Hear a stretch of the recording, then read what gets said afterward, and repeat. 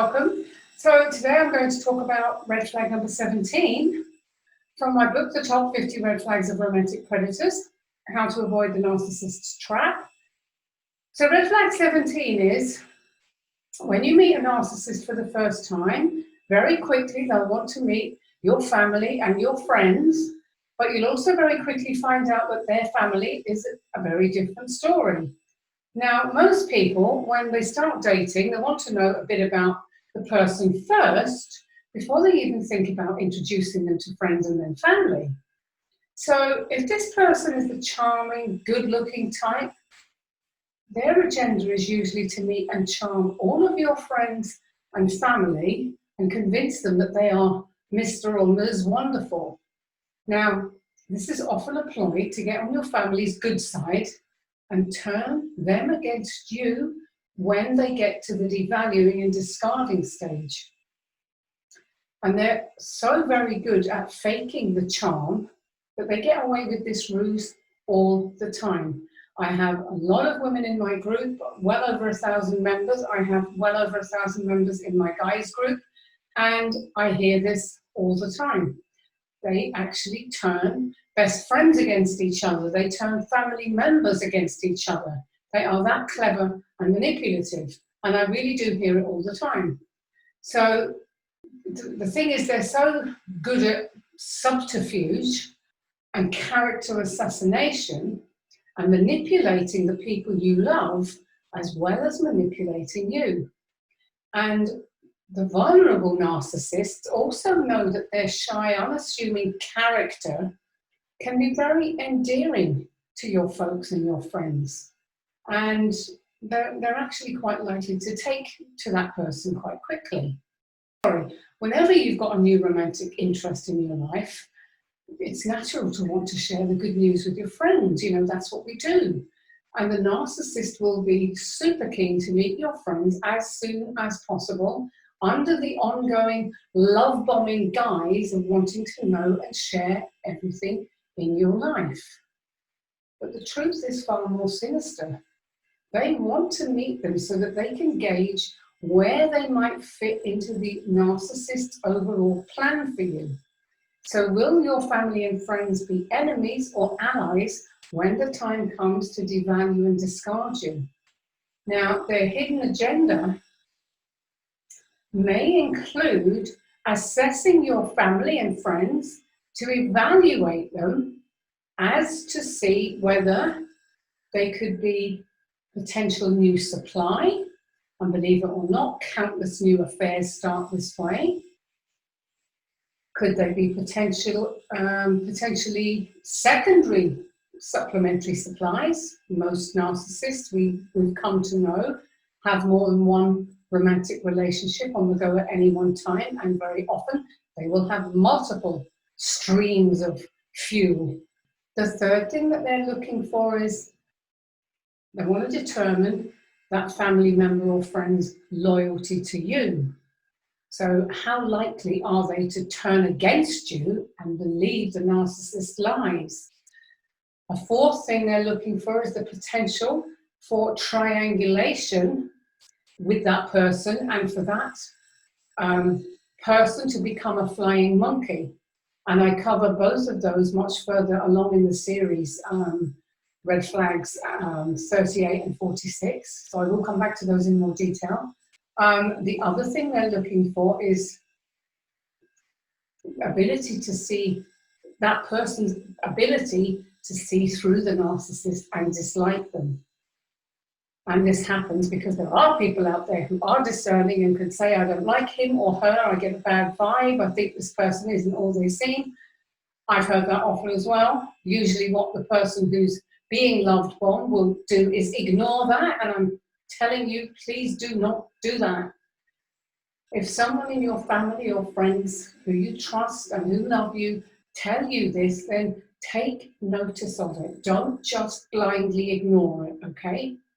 Because if you do ignore it and you get further sucked into the narcissist's trap, what will happen eventually and this happens all the time too, is that they will gradually drive a wedge between you and your family or friends. They will create this isolation, and these people will be isolated from your life. And I know people who've allowed themselves caught up in the whole love bombing in the relationship to be completely disconnected from all their family and friends, to move to remote locations where they just were stranded. They were at the mercy, literally at the mercy of this narcissist. And it's just digging a hole that's going to be so very, very hard for you to get out. So trust your family and trust your friends. If they're people who've been in your life all your life for a very long time and you know they have your best interests at heart, then for the love of God, take note when they say, look out, this person is dodgy. There's something I don't like about this person. You need to be careful. Take heed and be careful. Now, when it comes to meeting family, don't be pushed into letting them meet your family until you're ready and you really feel that you know them well enough.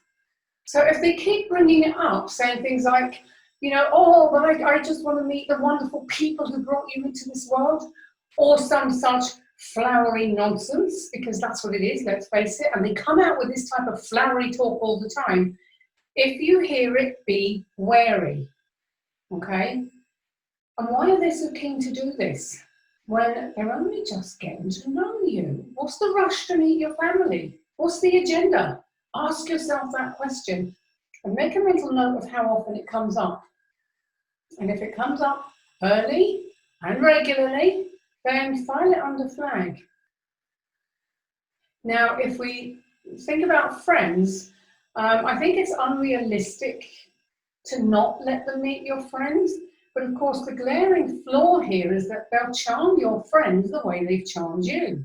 So what can you do? In fact, it often makes things worse because it will be harder for your friends to believe you when you try telling them the truth. So it's also going to be very difficult to avoid them meeting your friends because they'll want to introduce you to all of their friends. We'll talk about that a bit later too. And they'll be all over social media, sharing you pictures of you together. They'll be talking about the new relationship and praising you to high heaven. And that is also another red flag in and of itself. That's red flag number 19, which I'll be covering very soon. So I think this is 17. Now, there is a way to protect yourself from all of this. And that brings me back to friends or a family member that you trust, who you know loves you and has your best interests at heart. Confide in someone you can trust and tell them about any potential flags that you've identified. And do this early on before you introduce the new boyfriend or girlfriend to anyone. Keep this friend or family member posted on new developments. And this is invaluable because your friend or family member won't be besotted with the person the way you are, and they can be more objective when they do finally meet them. And they're also going to be far more likely to believe you when the inevitable downfall comes, if it does come, and the narcissist starts smearing you to all and sundry, because you'll have warned this person about your concerns very early on. So another absolutely critical piece of advice I want to share here is this. Never, ever abandon your trusted friends in favor of a romantic partner. Nobody who has your best interests at heart would ever want to separate you from your friends or your family. So if this person is trying to do that to you, think about it carefully and stand by your friends, stand by your family, because the time will come when you need them, and they will be your port in a very, very big, nasty, ugly storm. So really think about that. Never let anyone drive a wedge between you and your family and friends who you love and value and trust.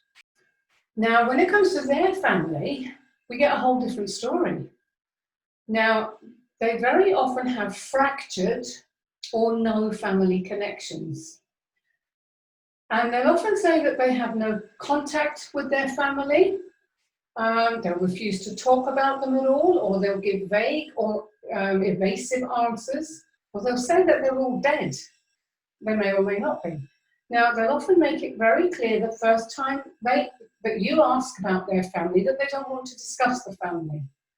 And similarly, when you talk about childhood, you ask or talk about childhood memories, often they'll say they can't really remember, or there wasn't anything special about their childhood. Vulnerable narcissists may often tell you that they had abusive or cruel parents who they never see and on whom they blame everything. And this plays the victim card nicely and pushes your emotional, empathy, caring, healing buttons. And you'll want to help them because you're an empath, you're a kind, caring, loving person. But don't fall for it. Consider that they are playing you. Another common one is if they have a parent, usually it's their mother, or it could possibly be a sibling, who dotes on them and thinks that the sun rises and sets with them. Now, this could be an indication that they are the golden child. And in this case, they could commit bloody murder right in front of their mother's eyes, and she'd help them bury the body. So when it comes to the devaluing, discarding, and smear campaigns, you'll be facing the mother's wrath as well, because they frequently do band together in a campaign against you. So you're dealing not with one, you could be dealing with two. In some cases, you could be dealing with several more family members who are also narcissistic. And you absolutely do not want to find yourself in that position.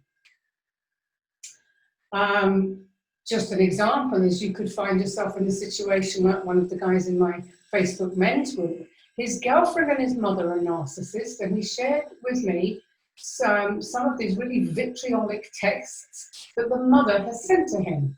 He's being emotionally and financially abused to the degree that they have him almost convinced that he is bipolar, and he's about to start taking medication for a condition he doesn't even have.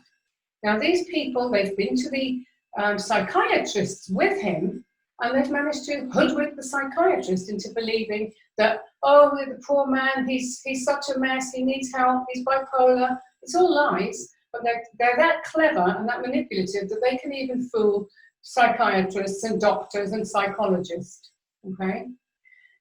Now, these people are really and truly without conscience, and they are so dangerous to your emotional and physical health. So if you're seeing anything like this going on with his family, then see it for what it is. It's another huge, huge red flag. Now, if they don't appear to have normal family relationships, and by now you've also identified several other potential red flags, absolutely file this one on the flag too. Now, I'm very aware of the fact that if you've not had a normal upbringing yourself, dysfunctional families may actually seem quite normal to you because you don't have any other point of reference or frame of reference to go on. And this is why it's so important to know thyself and understanding your difficult childhood, which I've talked about in a previous flag, number 15. This just makes you more vulnerable. So if you're seeing signs of a dysfunctional family in this person, then please do not ignore this flag. Now, if their mother adores them, or you observe a very close family pairing that seems off from the very first time you meet them, then my advice is to get the hell out of Dodge as fast as you possibly can. Trust, coming back to red flag number 1, trust your instincts, trust your gut. If something seems odd or off or wrong, it probably is.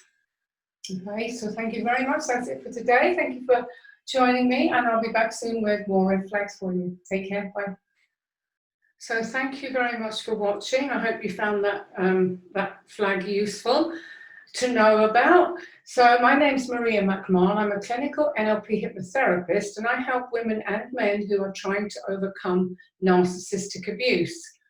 I have 2 Facebook groups. One is for guys, it's private group, guys only. One is for women, also private group, women only. So what I'll do is I'll put a link below the video, some links about how you'd like, if you wanted to connect with me, how you'll be able to connect with me. I'll also put a link to the book, which is currently on Amazon for just 99 cents, so it's pretty cheap. Now, if you found this video helpful, please like and comment and subscribe and come back soon for more red flags, because every Monday, Wednesday and Thursday I'll be posting until I get through all the 50. Okay, so thank you very much again, and I will see you soon. Bye for now.